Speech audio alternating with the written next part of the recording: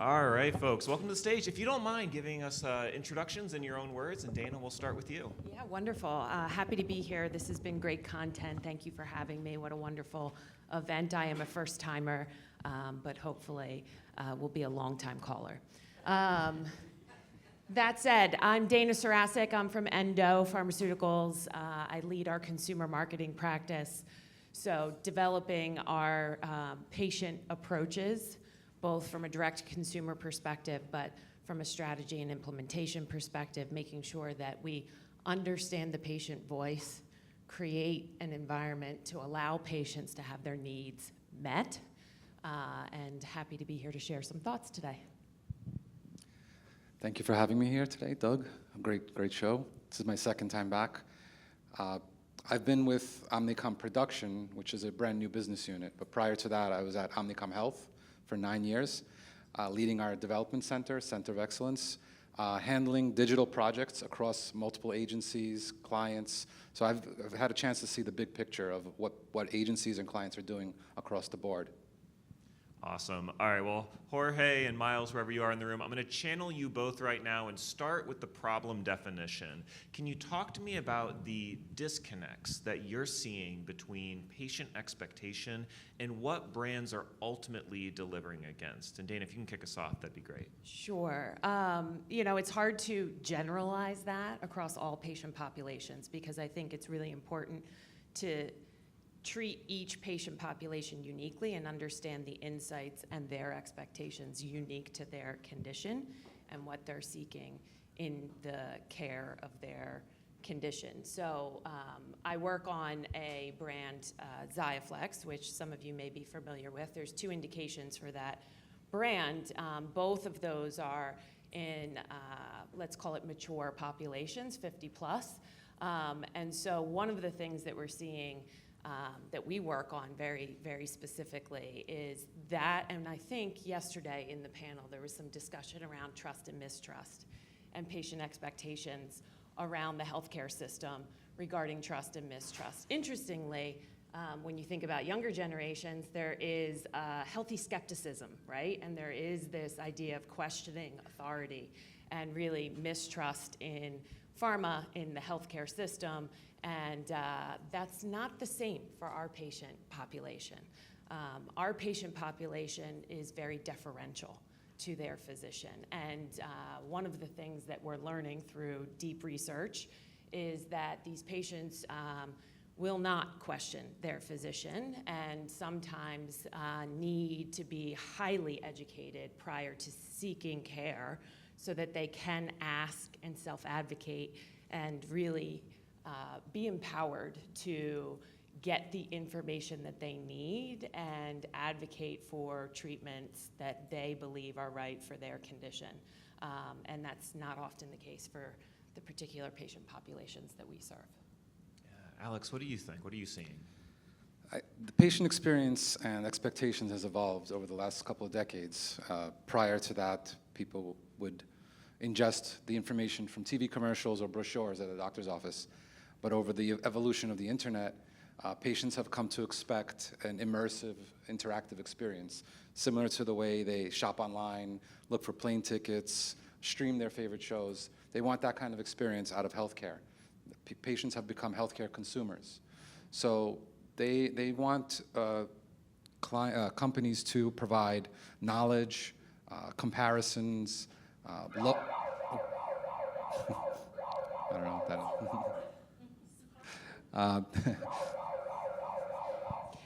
Highly agreeing with what you're saying, Yeah. Alex. Wonderful. Yeah.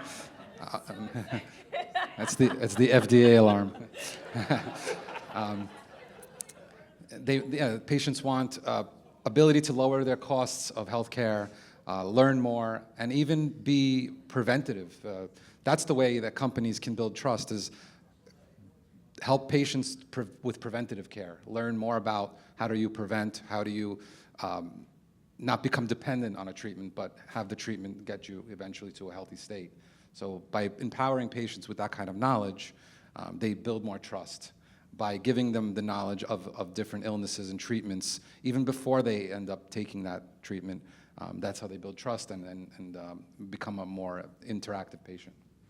Yeah, Alex, I'll echo what you're saying there. I do believe that patients are consumers first.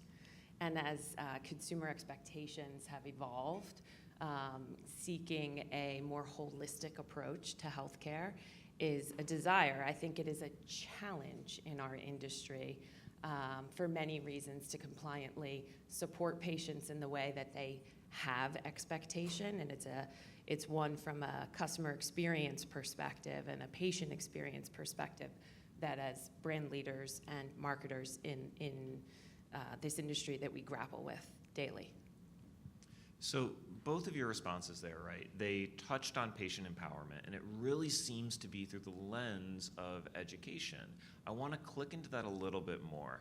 How are you pulling those threads into your strategy? What are the touch points in which patient education really surfaces in a meaningful way? Yeah, so I'll jump first on this one.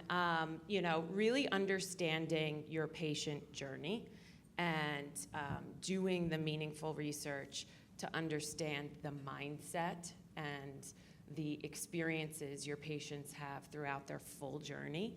And there is no one size fits all for this, so creating perhaps personas that sort of categorize your patients and how they approach the journey, what places they get held up, where are there opportunities for you as a brand to insert yourself and provide that education in a meaningful way at the right place at the right time with the right information that they need to address that gap in information or need, or make it, just as Jorge was saying, easier, seamless, so that their experience is surrounded with useful information that they then take to their healthcare provider to have empowered conversations, to really advocate for what they need out of the healthcare system and out of treatment choices.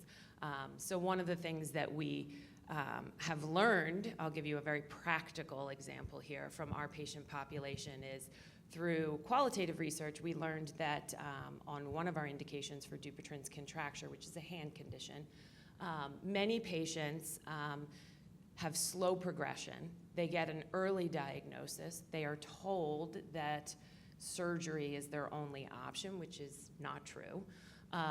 And they go home without clear guidance on when to come back and seek treatment as the disease progresses and as their hand starts to impair and function over time. And what they end up doing is creating workarounds and basic coping mechanisms in their day-to-day life around the use of their hands. Oh, it's not a problem. I work around it. My husband helps me with this. My wife will help me with that. Yeah, I can't hold her hand anymore. And then when you dig in a little bit deeper and you start to understand the emotional aspect of this and how there are connection points in their daily life to daily activities or to loved ones that are dramatically impacted, but they're not actually, they've shoved that down. They're in sort of a denial and coping place. We meet them where they are in those daily activities that they have begun to withdraw from because of their impaired hand, to then remind them that there are non-surgical options and that surgery is not the only answer. And so part of it is really just reaching them where they are when they need the information. These patients are no longer info seekers. They got their diagnosis. They were comfortable with their diagnosis. They were not comfortable with having surgery. And they went home and they learned to deal with their condition. So getting in front of them in everyday lives to remind them of the importance of their hand function and that there is a non-surgical option is really powerful in their patient journey, to have them return to a hand specialist and seek care and advocate for themselves. So, sometimes digging in to understand the insights around patient personas and how you can understand their journey and intercept them in moments that matter to get them to create behavior change. Alex, anything you would add from an education perspective? Yeah, we have a platform which is called Omni, where we bring in data from different sources and we create these patient personas, patient journeys, and we map that out across modular content. So depending on where they are, we serve up different content on that knowledge journey. And it's not just patients. We have to remember to focus on caregivers, who are often the ones that are looking for the knowledge, looking for options, and the patient may not necessarily be the one in charge of their treatment. So caregiver journeys is another way to approach this treatment. Using modular content in an agile way, not planning everything in advance and then sitting back, but agile, creating changes throughout campaigns and patient journeys based on the data that we're receiving through analytics is another way. So let's dig into the data piece a little bit. What is the data that you are looking at that you think is the most meaningful, that helps you decipher those patient journeys, build those personas, or really get to the root cause of a friction point that you can then move to resolve? Yeah, we're looking at predictive analytics, where we can create synthetic audiences and test out different campaigns and content on the synthetic audience before we bring it out into the real world. Also bringing in, again, the data, unstructured data and structured data, using social listening tools so that we can understand what people are saying out there on the different social media platforms, and really creating a holistic campaign around different treatment plans. And Dayna, what about you? So you talked a good bit about digging into the customer journey, digging into those personas. I'm imagining there's a lot of qualitative information that you're looking at, potentially some quant as well. Help me break that down. Like, how are you shaping out that experience? Yeah, absolutely. So to your point, there is definitely qualitative data. It includes social listening. Social listening is a very powerful tool where you get some authentic voice and really great insights, not only into the mindset that helps you create personas, but also into the patient journey and into perhaps brand experience that helps you better identify how the natural language of your patients are around your brand, which helps you really become more authentic in voice as well. So social listening is very powerful. Qualitative is very powerful.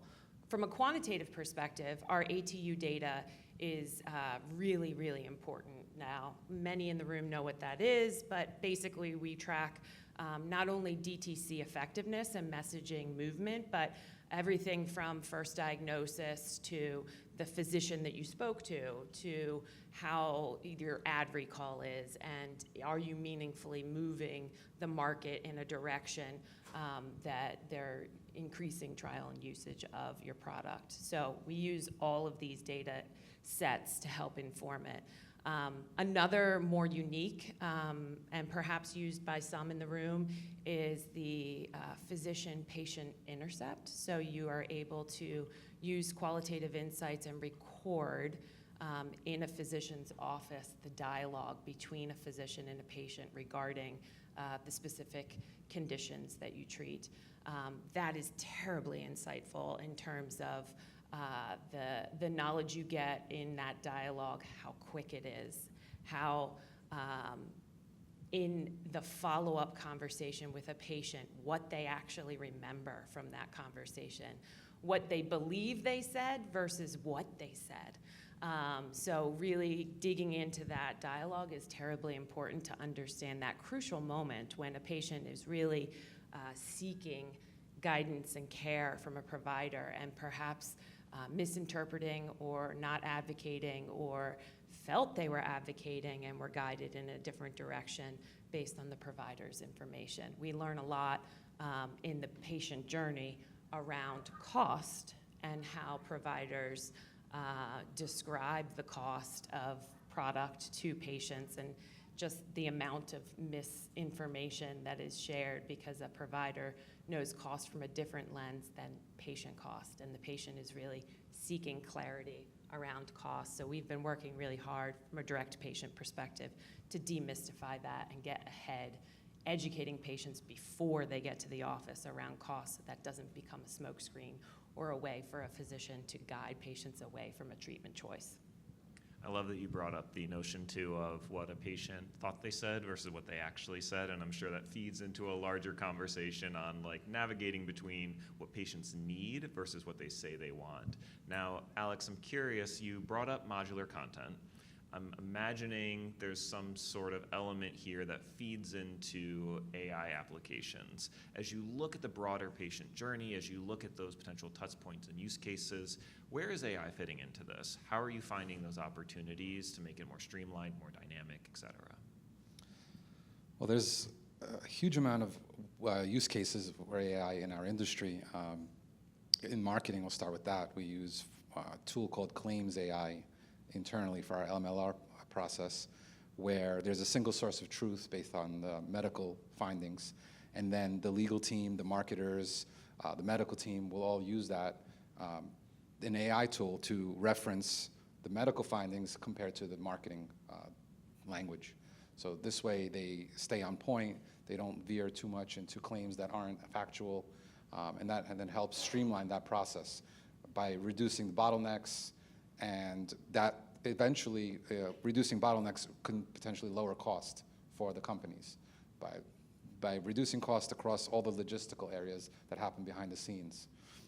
We also rolled out an AI platform for our entire company that encompasses all the different aspects of AI, the text-to-text, graphics, video, and we're now empowering employees to build their own agents to help automate their work that they do. So every role has different activities they do, and by using AI as a tool and creating agents, whether you're a manager or not, eventually everyone will be a manager of their own team of AI agents.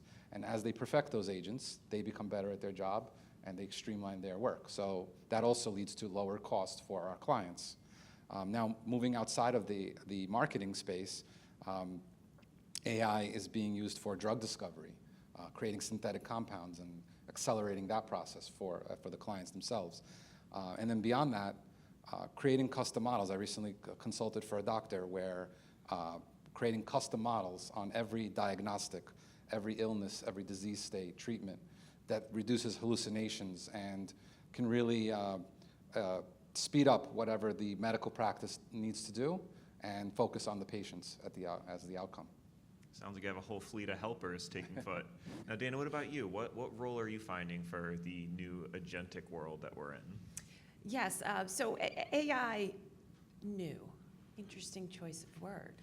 I wouldn't say the use of AI as a marketer is new. We've been using AI from a data perspective for a decade, more. So everything from predictive analytics and using AI to precision target, using AI, I think in its newness is more about generative AI and automation, augmentation, creativity. And so I will say the use of AI in its decade-long data capabilities is rich, but the newer uses, some of which Alex just touched on, I love your idea of a manager of AI agents, that at an individual level, we're all going to be managers, whether we have direct reports or not, because if we're managing AI agents, we are becoming more effective in our jobs. I'm gonna think on that. That's a good one there, Alex. But I also think that, inserting AI into our creative process is something that we're exploring with agency partners, trying to figure out that nice combination of efficiency while maintaining authenticity and quality of creative based on research insights. And how do you use AI to speed up a process and to get to your compliance reviews more quickly? I agree that the MLR process is ripe for automation and augmentation in terms of review to make the scale and the speed at which things are reviewed easier. So that's another place where we're exploring, but not necessarily in implementation phase yet. I think where I want to start to wrap up here is there was a great question from the crowd during the end of Jorge's Q&A around like, how are you building future-proof processes? How are you ensuring that you're set up for whatever comes next? And I want to direct that question to you both as well. How are you thinking through the patient journey, which is volatile, evolving? In some ways, I'm sure there are elements that are static, but the expectation state is changing, the touch points are changing, the capabilities to reach them are changing. How are you staying at the forefront and thinking about what's around the curve? So there's a few different methods that I'll give examples of today. One of them is patients are now using AI to search for healthcare information. They may not even click on any links, so they just get the result.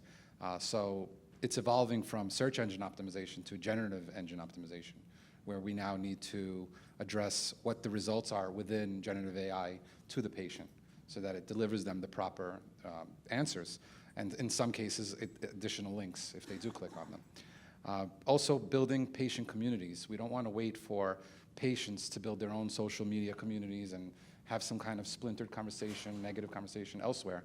But by fostering that patient community on social media and other platforms, we can monitor it. We can, again, use social listening to collect information and then revise treatment campaigns and the marketing copy for the patients. And then finally, a more forward-facing one is, rather than using chatbots, which is pure text, using AI avatars so that people feel like there's a face that they can speak to, and it becomes more of a human touch without the human. And in some cases, patients actually want to speak to, let's say, an avatar versus a person because it's a lot of private information that they're sharing. I think those are great examples, Alex. I agree with you in terms of the zero-click and optimizing your efforts for the new search landscape where the click-through is not the expectation, but that you have the right information in that search query and the summary statements that Google and others are delivering, because if the patient feels they got what they need from that, that's it. They're moving on. They're not going to click, and so you got to make sure that, similar to search engine optimization in the early days, you're optimizing to be present within that content. That's a huge one.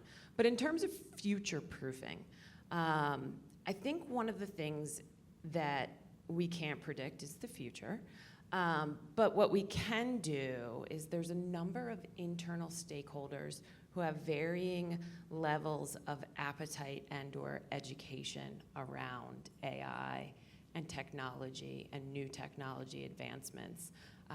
So making sure that you're continually educating the key stakeholders that you work with from a cross-functional perspective on what the landscape looks like, what is coming, why it's important to understand it, and how it impacts the business is really the way to future-proof so that you don't have to play catch-up when the next new technology is released and they're still trying to understand the previous technologies that this technology was built on the shoulders of. So it's really important. Future-proofing starts with purely educating your cross-functional colleagues in what is today's greatest innovations, how it applies to your business, why it matters to the patient, and therefore why it should matter in the marketing ecosystem. And then you can successfully build upon that. That's how I think about future-proofing in terms of new technologies, innovation, or how to bring an organization along. I love your problem definition and the way that you're evaluating the adoption of AI. And I would also say that the education and the upfront for all the parties involved helps you get to a point where, it's an iterative process and you can, continue to advance based on the small risk-taking and advancements you make today. And that's how you future-proof for tomorrow. I love that we started with educating externally to patients and ended with educating internally to your teams and stakeholders. I think we found our takeaway of we just got to keep learning a little bit. And let's extend that to the crowd now. So what questions do you have that you want to learn from Alex and Dayna on? Oh, up front. Hold on. Joe Mandisi, editor-in-chief of Media Post. Great session. Dayna, you had a very powerful anecdote with the information, and you said that your customers are not information seekers, right? But they may have been ingrained with misinformation, right? whether it was from the doctor or just the information world. I heard that on Albert's panel yesterday too, that pharma companies are addressing disinformation and misinformation more and more. How much of what you do is defensive in terms of countering misinformation from either hostile or just, lame actors in the marketplace? Is that a big thing now for you, not just communicating directly to the patient or the doctor, but to the world around them? Great question. And I think it will vary based on the disease state and the journey for each patient. In our case, on one indication, there's a healthy amount of misinformation out there, and it's because of the dynamic between the provider and their business and the patient and their need and desire to be treated non-surgically. So there's plenty of misinformation out there that is that needs to be addressed. In some cases we can, and in other cases, compliantly, it's very hard to address. But there is other instances. Another indication I work on is for Peyronie's disease, which is erectile curvature. And the misinformation there is mostly because the patients are so caught up in their own fear, shame, and embarrassment. And so unlocking the psychological impact and normalizing the condition to leading to medicalizing the condition is terribly important in that misperception as opposed to disinformation. Because if you get them in the hand of the right specialized urologist, they're going to get good information and move through the healthcare system appropriately. So it really does vary depending on the patient and their condition and what the medical environment is that they're seeking care within. For those who didn't hear the response, he said, would you call that a carrot and stick strategy, which gives me a chuckle. And thank you for recognizing our campaign work. Yes, appreciate that. All right, we have one more here, and then. Ilona, Spectrum Science. Dayna, interestingly enough, I used to work on Xiaflex. Back in my search engine marketing days, I ran your paid search campaigns. But my question is actually related to paid search. And both of you mentioned the rise of zero-click search and the need for search engine optimizations, making sure that your SEO strategies are intact. But how do you and your agency partners address and adapt to your SEM strategy and the rise of Google overviews taking over search engine result pages, and what do you do to fine-tune your paid search strategies? It's a great question. I think we are in the midst of evaluating constantly our search engine, strategies, and so this is a hot topic right now. And digging into, we actually have a cohort of interns who we tasked with this very specifically. We said, do some digging, understand the landscape, see what you're finding, come back to us with some thoughts and recommendations. We don't expect much, but I think that naive, I'll be honest, but I think that will spark some really interesting, thought-provoking areas of exploration that need to be addressed, and that's when we bring our expert partners in from a search engine optimization and an SEM perspective to bring that expertise to the challenge and the problem that we've defined through the help of consumers. Interns are consumers, and this is a great problem for them to tackle. So that's one of the things we're doing. But you do need to lean on some experts in the field, right? I am not a search engine optimization expert. I have someone on my team who's very skilled and comes from that background, and she leads our agency partner team from a SEM perspective, and they get into the nitty-gritty and the detail. So you gotta follow the data, you gotta better understand the algorithms as they change constantly so that you can adapt and make the best decisions. Some of that technical work takes time through the process of MLR and getting reviews and approval and et cetera. So it's a constant game of optimization is, I guess, my response to that, and lean on experts. All right, well, Dayna, Alex, thank you so much for your insight today. Thank you.